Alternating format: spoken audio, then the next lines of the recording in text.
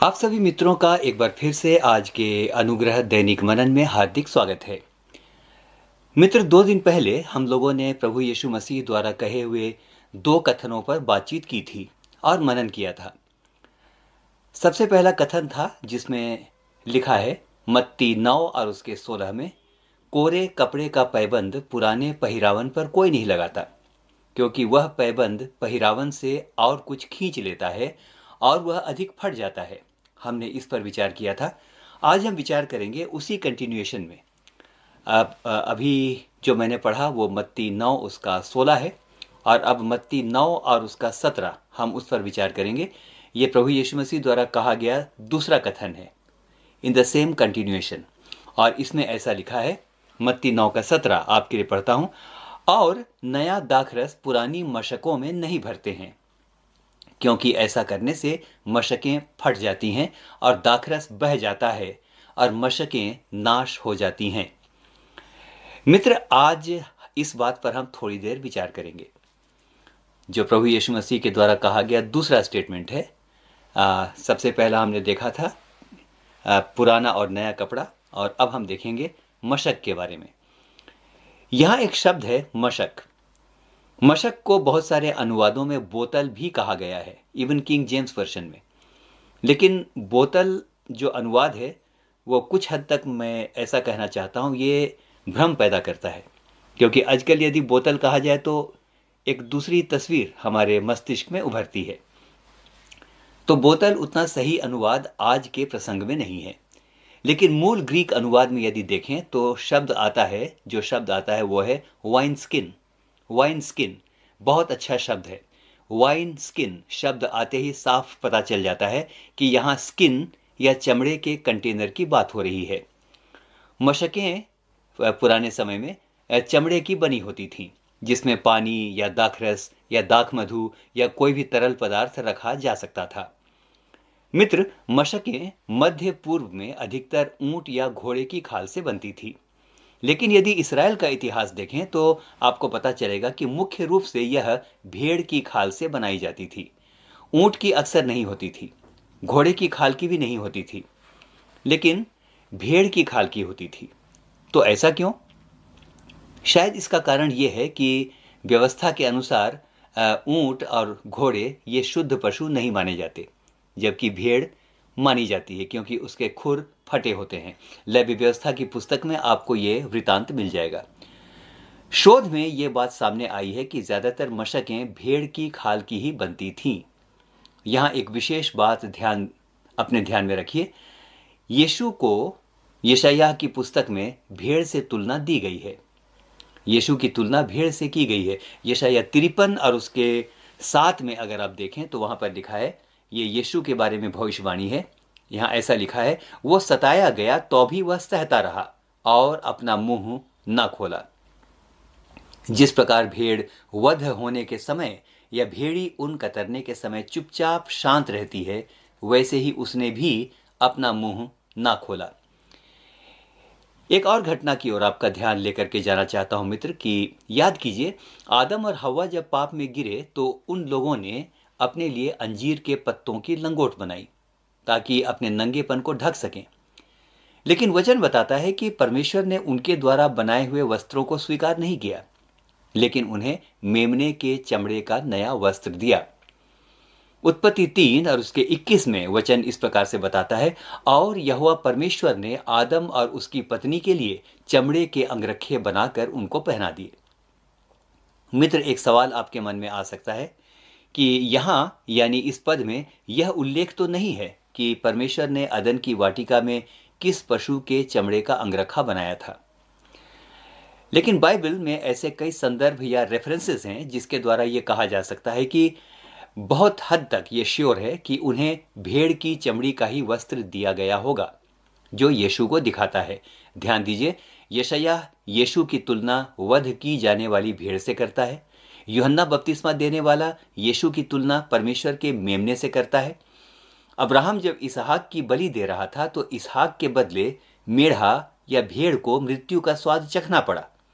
तो इन सारे रेफरेंसेस के बेस पर यह कह सकते हैं कि संभवतः अदन की वाटिका में जो पहला बलिदान हुआ आदम और हवा के नंगेपन को छिपाने के लिए वो भेड़ का ही बलिदान था।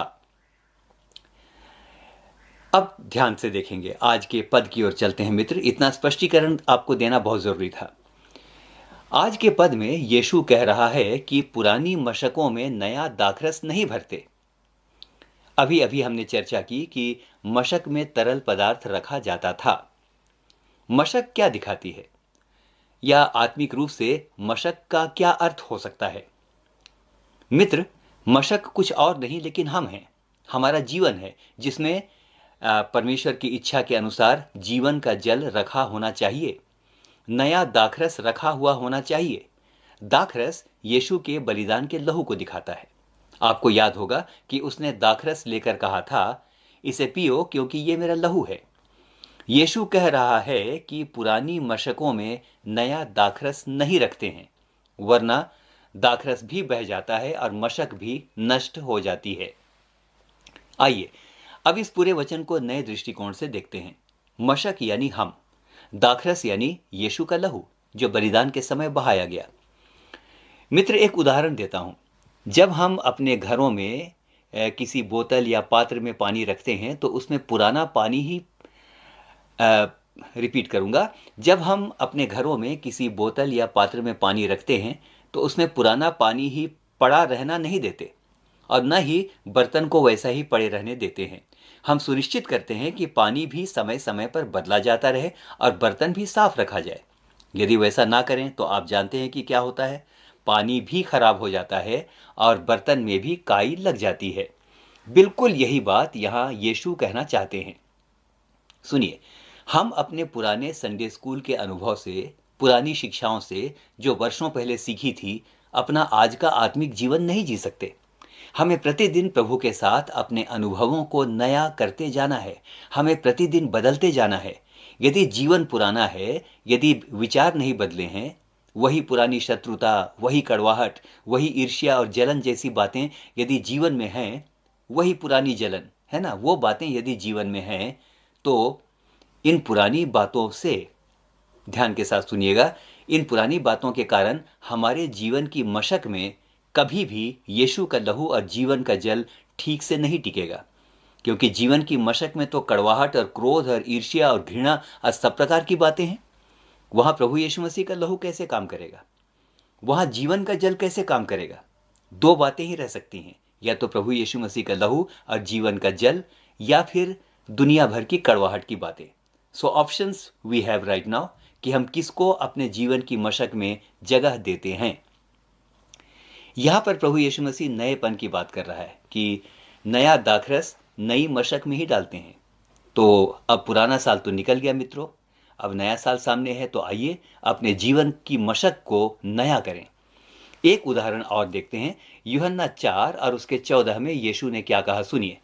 यहां लिखा है, यीशु ने कहा, परंतु जो कोई उस जल में से पिएगा जो मैं उसे दूंगा, वह फिर अनंत काल तक प्यासा ना होगा, वरन जो जल मैं उसे दूंगा वह उसमें एक सोता बन जाएगा जो अनंत जीवन के लिए उमड़ता रहेगा। मित्र, यहां ध्यान दीजिए, यीशु ने स्वयं को जीवन का जल कहा है और विशेष रूप से कहा है कि वह जल एक सोता होगा, that will be a fountain. वो एक सोता होगा और लगातार उमड़ता रहेगा।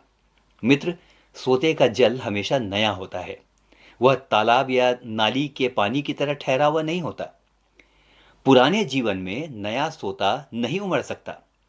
नए सोते के लिए, ताजा अभिषेक के लिए, पवित्र आत्मा के नए अनुभव के लिए हमेशा हमारा जीवन नित्य नया होता चला जाना चाहिए।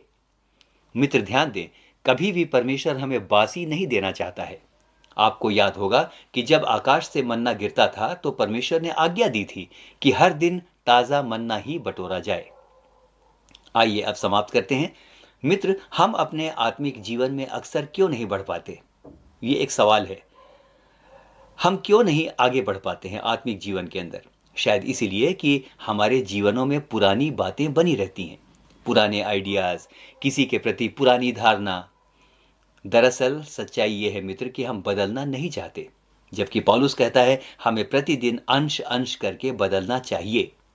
तो आइए आज के मनन को समाप्त करते हैं। पुराना बर्तन न रहे, पुरानी मशक ना रहे, लेकिन प्रतिदिन हमारी मशक या हमारी जिंदगी नई होती चली जाए। हम प्रतिदिन यदि नए होते जाएंगे तो प्रतिदिन हमारे परमेश्वर का भी नया अभिषेक, नया अनुभव, नई फीलिंग्स हमारे जीवन के अंदर आती चली जाएगी।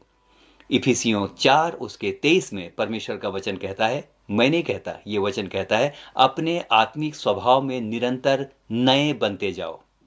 Renew yourself, renew yourself, you need to be renewed. तो आइए मित्र, नया बर्तन बने, आइए नई मशक बने, क्योंकि प्रभु प्रतिदिन नया अभिषेक और नया अनुभव, नया जीवन का जल और एट द सेम टाइम नया दाखरस यानी अपने लहू का बिल्कुल नया अभिषेक हम में से हर एक को देने के लिए तैयार है।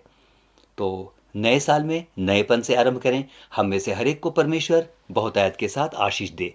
आमीन। और एक बार फिर से आमीन।